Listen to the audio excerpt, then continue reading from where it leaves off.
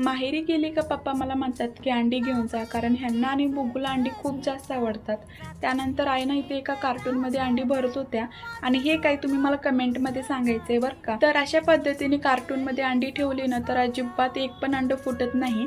त्यानंतर मम्मीने वांगी तोडली आणि रात्री जे काही भाजीपाला आणला होता ना ते मी पिशवीमध्ये भरून असंच ओपन करून ठेवलं होतं. त्यानंतर मम्मीने ते सगळं एका बॅगमध्ये भरून ठेवलं. तर मी एकटीच माहेरी गेली होती आणि मम्मीचे जावे बापू काय आले नव्हते, तरी पण मम्मीने त्यांच्या आवडीची देसी कोंबडी ना मसाल्यामध्ये शिजवून दिली होती आणि हे बघून तर ना हे खूप म्हणजे खूप आनंदी झाले होते. त्यानंतर पप्पाने चिकू, रामफळ, लिंबू हे सगळं आणलं होतं.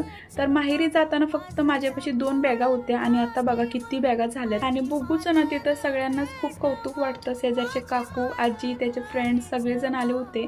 तर सगळे म्हणत होते की आता बुगू कधी येणार, 4-5 दिवस कसे गेले काही कळलंच नाही. तरी तर माझं सगळं भरून चालेल, तरी पण मम्मीचं काही ना काही ठेवायचं चालूच आहे.